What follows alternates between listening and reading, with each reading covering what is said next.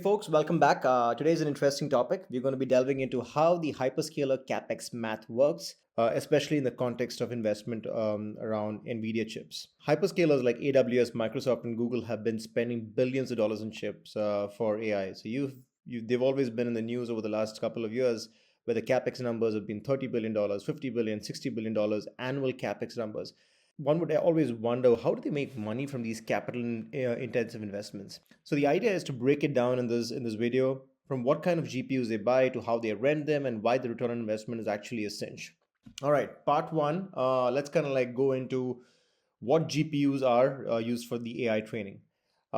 These companies are not buying gaming cards; they're buying data center grade chips, and I think the data center grade chips in the NVIDIA world are the NVIDIA H100, which has got the current gold standard, costs about $30,000 per chip.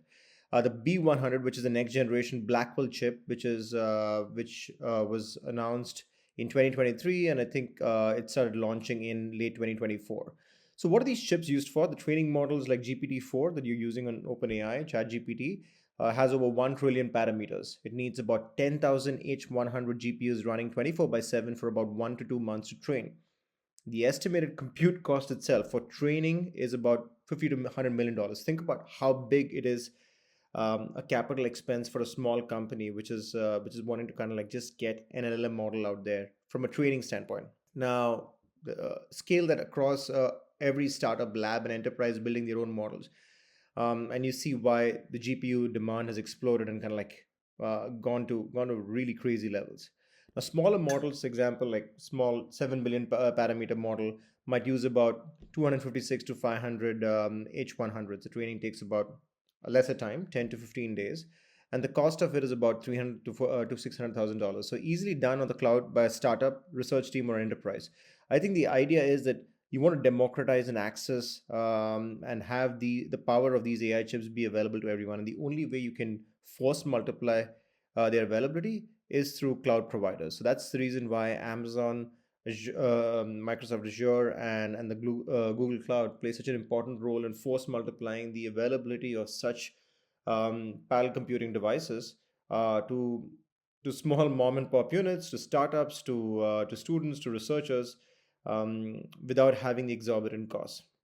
Now, the part two of it is around the inference. We always talk about training versus inference. Training is a one-time investment for a specific model. Inference is something that is used on an ongoing basis so long as the model is used. So think of ChatGPT. It runs about millions of prompts every day. Each query costs about a cent to about 4 cents per prompt, depending on the model size and efficiency. It requires powerful GPUs to generate answers in real time. So over the life of the model, inference cost may be about 2 to 10 times the cost of training, and that's the reason why inference is very important. It's also going to be something that is going to be a higher cost element.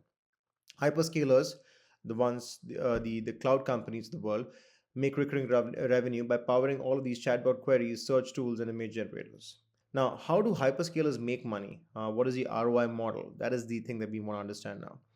Now, let's say a cloud provider buys a single NVIDIA H100 chip for $30,000. They rent it out for about $15 an hour. That's about $360 a day at full usage. Now, let's be super conservative. Let's assume that about only 50% of this capacity is going to be utilized where customers are wanting to pay for it. And it's going to be idle for the rest of the time. If that is the assumption, they make about $180 a day. Let's assume about $20 a day for power, cooling, networking, and other things. So that leaves about $160 per day in net income per GPU. What's the break even on this guy? $30,000 is what you invested. You break even in 188 days. Less than 200 days of break even on a 50% capacity utilization, guys. I don't know of any business where you have an ROI of less than 1 year on a capital investment. And now this is conservative math too. So the 3 year profit on a chip that you invested $30,000 for is close to about $145,000 per chip. Now scale that out. If a cloud company deploys 30,000 H100s, even at a 50% capacity utilization, they generate about $5.4 billion in net profit over 3 years. That's just from renting, not including internal workloads or AI services like for their own internal consumption. So this kind of ROI is faster than solar farms, data centers, real estate, or possibly any other thing that I can jog my memory to. Hyperscalers buy about 30K worth of chips and make back 5x or more over their usable life. And keep in mind, we're talking about a useful life of 3 years, but actually these chips can be used for 6, 7 years, wherein the cost of the compute provided by these chips, as newer generation chips come and the older generation of chips become cheaper. So you're going to still milk the cow. You're going to still make money post year three, but not maybe at the same rate. So the life of these chips are reasonably in the 6 to 7 year range, and the profits are much much higher over that lifetime. So here's bringing it all together. AI models like ChatGPT need massive GPU clusters. The inference costs are recurring and even more valuable than the training costs.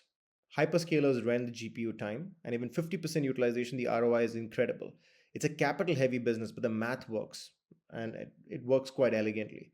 Now, the challenge to all of this is if customer demand drops off a cliff, but if you believe the AI story and if you believe that this is the next wave, I think the hyperscalers are a safe bet to kind of like put your money on, provided they are selling at good valuations, and and the real world economics are pretty compelling. Again, do your own research, dive in and make your own analysis. But I thought that I was earlier very taken aback by the capital investments that I've been hearing about, but there is logic to it. Clearly, in how these tech companies are thinking through it, and especially since capital investments that they have made in the past have typically had a 5 to 7 year ROI. Some of this seems to have a much shorter duration in terms of return on investment. Anyways, I hope you found this tidbit around GPUs interesting. Catch you soon on the next one. Thanks.